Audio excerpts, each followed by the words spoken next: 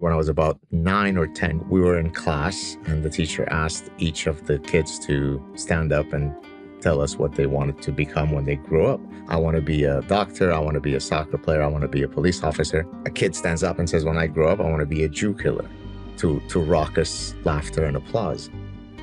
You know, one of the very frustrating things I've seen as a reaction to a lot of the videos I made in Muslim countries is this comment constantly saying, everybody lived peacefully together before Zionism, before Israel. You know, they said that when I visited Morocco, Saudi Arabia, Egypt. Oh, we were so wonderful. We had the coexistence, the Muslims, the Jews, and the Christians. And then the Zionists came, you know, founded this artificial state. And then all of this delicate equilibrium was destroyed. Constantly making that comment again and again and again.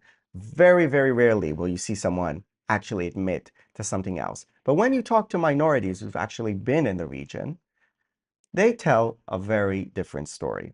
One of them is the commentator Saad, a Lebanese Jew whose family escaped the persecution that they faced there and immigrated to Canada. Hear what he has to say about this issue in this clip. There's an expression in Arabic, first we come for the Saturday people, then we come for the Sunday people. So first we will rid the land of the Jews, but don't worry, Christians, we're coming for you next. My name is Saad, and this is my story. I am a professor, author, and evolutionary behavioral scientist. So I was born in Beirut, Lebanon in 1964. We were part of the last remaining dwindling community of Lebanese Jews. But in terms of my childhood growing up in Lebanon, it was a happy childhood, although several elements made it less than ideal. Certainly from a Jewish perspective, I experienced Jew hatred on countless occasions. For example, when I was almost 6 years old, Gamal Abdel Nasser, the president of Egypt, had just died.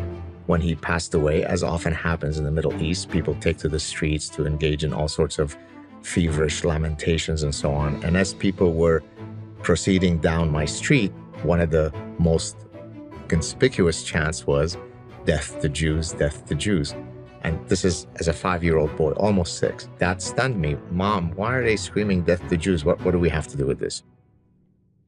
When I was about 9 or 10, we were in class and the teacher asked each of the kids to stand up and tell us what they wanted to become when they grew up. I want to be a doctor, I want to be a soccer player, I want to be a police officer. A kid stands up and says, when I grow up, I want to be a Jew killer, to raucous laughter and applause. When I was 10, the Civil War broke out in Lebanon in 1975, where it really became impossible to be Jewish. Death awaited you every second of every day during the Lebanese Civil War. There were snipers everywhere. Well, when I would want to go out and play, because I'm a kid, my parents would say, don't cross this particular line because that would open you up to the eyesight, the scope of certain snipers. It felt like bombs were dropping every day. We learned how to either run and duck or not, depending on the whistle signature of the way the bombs were dropping. So it just became untenable. We found out, for example, that there was a Jewish family a couple of houses down that had been shot and executed. So your turn was going to come. We didn't need to experience more than the first year of the Civil War to say, it doesn't look like our future is here anymore.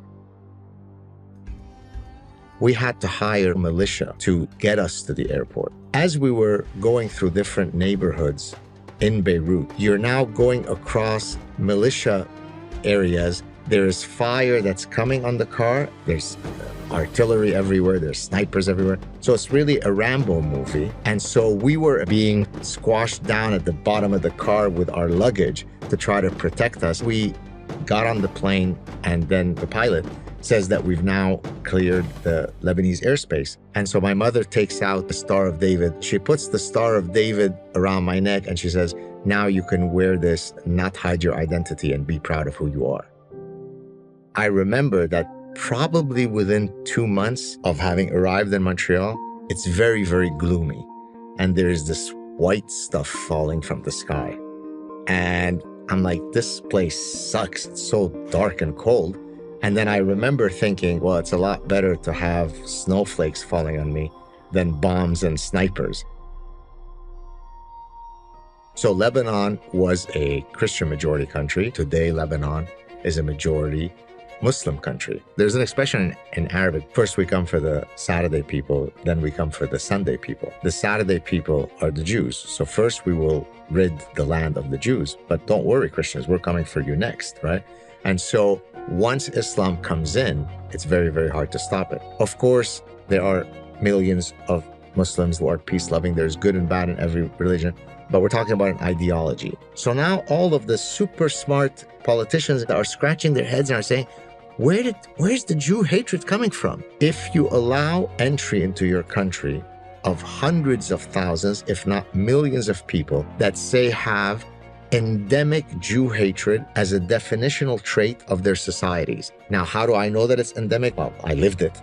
But other than that, we have this thing called data that allows us to know if what I'm saying is true. So take, for example, Pew surveys. They've done surveys of responses to Jews in Islamic countries. Of the polled people, 95 to 99% are exhibiting Jew hatred. So now, does it take a super fancy professor to guess that if you allow hundreds of thousands of such folks to come in, what will happen to Jew hatred in that host society? Will it go up? Will it stay the same? Or will it go down? Who knows? It's impossible. It's a mystery. Well, is it really? I'm a professor at the John Molson School of Business, which is part of Concordia University. In 2024 to 2025, though, I'll be serving as a visiting professor and global ambassador at Northwood University. And so I study the biological and evolutionary underpinnings of what makes us the consumers that we are.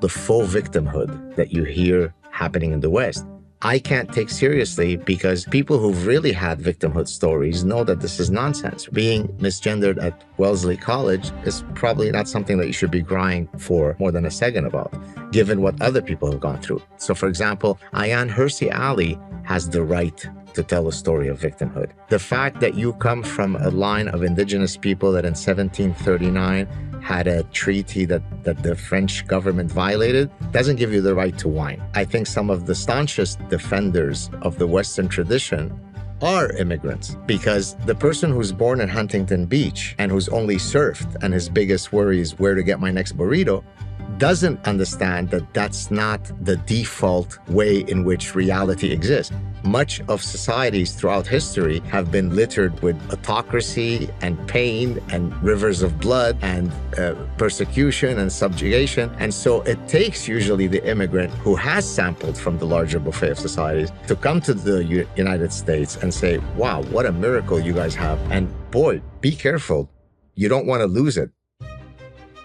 To all Americans who might be watching this, heed my warning. Never take for granted your liberties. It's not built into the mechanism as a default value. It's something that you have to always be vigilant in defending. Ronald Reagan said, freedom is never more than one generation away from extinction. And so it is important for Americans to think that you can blink your eyes and your society can change. So always be vigilant. Don't think it's a default value to live in this beautiful paradise that you take for granted. God Saad, everyone, God Saad. And his story of, okay, I grew up in Lebanon, and particularly in the second half of the 20th century when you had this rise of Arab nationalism, you had a rise of Islamic fundamentalism coming later, that we just saw all these countries being completely emptied of Jews. Egypt, Syria, Lebanon, Iraq, Yemen, Morocco, Tunisia, Algeria.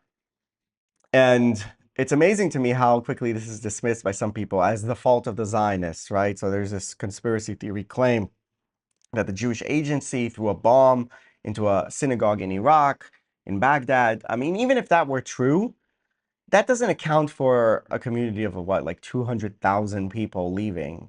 It doesn't account for a city that had a quarter of the city was a Jewish population in Baghdad just getting up and leaving. And what about all these other countries?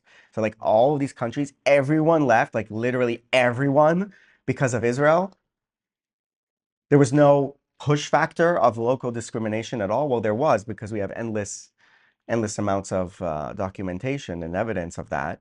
But It's something that they just don't want to own up to, all the citizens of these countries. And I know because I made videos and I've had responses from those countries, from Morocco, from Algeria, from Lebanon, from Syria, from Egypt. They always say the same thing. The same thing is that there was never any persecution. It's all the fault of Israel. And yeah, that's kind of a lack of introspection, unfortunately. And it's not the truth. The truth is that for thousands of years, or over 1,000 years, Jews and Christians were dhimmis, which is a form of second-class citizenship, were inferior to the Muslim population in that way. Yeah, there were also some good things and good cooperation, and I tried to highlight that in several of my videos. But the reason, like, why I got dismayed by that is whenever I would show something nice in Morocco or in a place, saying, look, Jews and Muslims can get along and got along in the past, they always go back and say, and look what Israel is doing now, right? So when you try to highlight something good, it's, yeah, everything was great, everything was perfect until you came along with this evil ideology. So yeah, that kind of makes you want to, you're trying to be nice and create bridges, and instead it's used, instead of saying, oh yeah, you know, in the past, Jews, Muslims, sometimes they got along, so now we can get along, Jewish state and Muslim state. Instead it's, aha, you see? Everyone got along beforehand, and now with Israel, they don't. So Israel is the problem. So they just use that as more justification to destroy Israel. So enough with that. Now it's like time to say the truth, is that God Saad, as a Jew, and the Christians in various places, dhimmi, subjugated second-class citizens in Muslim countries for centuries, and eventually forced out, pushed out in the second half of the 20th century. And most of those people now live in Israel. So to come along and tell them, oh, why don't you just go and live in Yemen or Egypt as a Jew, and that would be great, instead of the existence of Israel, then you should maybe show them this video. All right, guys, that's all. Thanks for watching. See you next time.